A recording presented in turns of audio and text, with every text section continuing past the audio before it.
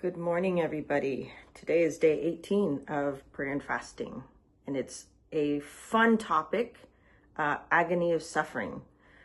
Something we all love to do is suffer.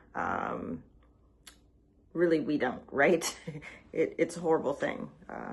There's many ways of suffering,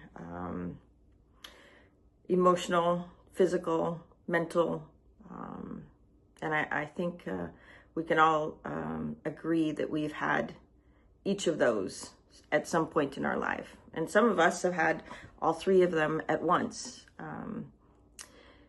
Suffering's not fun.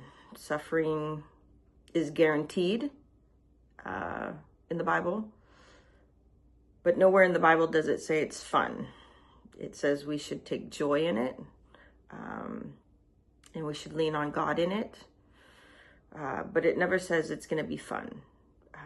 Today's verse is Philippians 1:29 that says, "For it has been granted to you that for the sake of Christ you should not only believe in him, but also suffer for his sake." One of the people that I have always wanted to meet is Johnny Erickson Tata. And so I'm super excited that today I get to kind of talk about her and her life. She is a fantastic person, and I still hope that I get to meet her before we both go to heaven. But when you talk about suffering and pain, she's one of the first people I think about. For those of you that don't know her, she was in an accident when she was young. She dived out of a boat and hit her head on the bottom of the lake she was on and broke her neck. And she's written a book about how she had to come to terms with never walking, never using her arms again. And I think she was around 18 at the time. So she was young. So she's in her 70s now. So she's been in a wheelchair and paralyzed for many, many years, and has had, I think, two times of cancer. She's had issues with her lungs. She's just had so many issues, and yet she's gotten married. She's founded Johnny and Friends, which is a global organization that has reached the handicapped for the Lord. And she's bringing so many people in the handicapped community to the Lord just because of what happened to her. And I think that we can agree that suffering is hard, but in the suffering, we grow so much. I have a chronic illness that causes a lot of pain, and yet I believe that God has a perfect plan for that. And I've been able to reach people because of my pain that I wouldn't normally be able to reach. I've gone through things in life that have almost broken me, but through that pain and suffering, I've been able to reach people that I would have never been able to reach without that. And I believe that God can use all of our pain, all of our suffering, all the trials that we go through to bring glory to him and bring people closer to him. And that's why we have it. I think sometimes in my times of good, I kind of forget that God is there.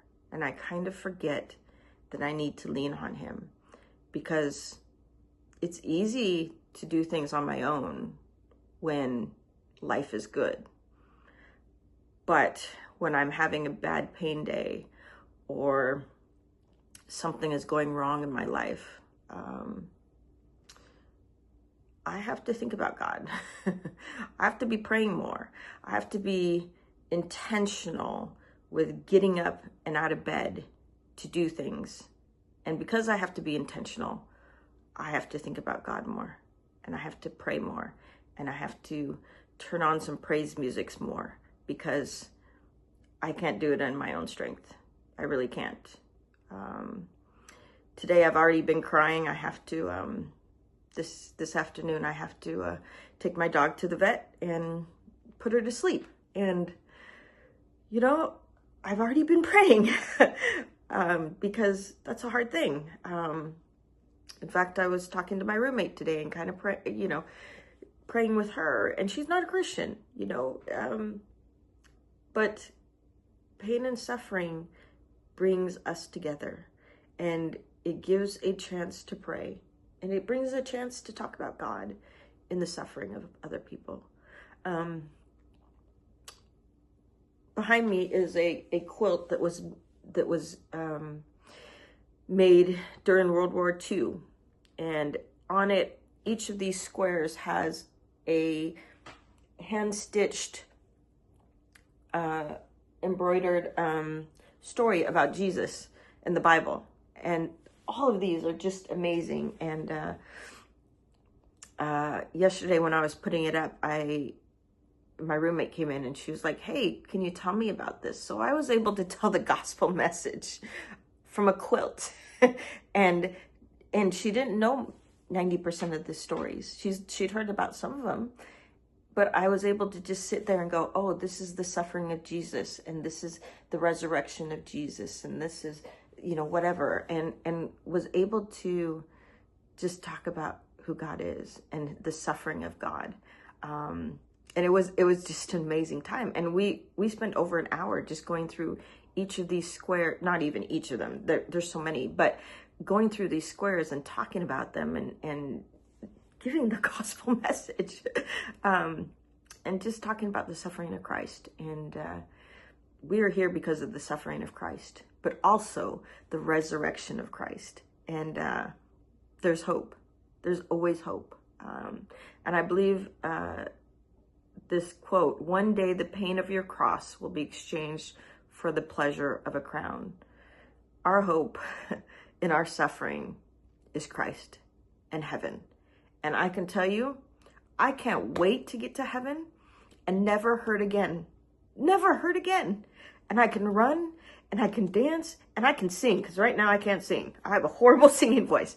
But someday I'm going to sing with my Jesus, and I can't wait.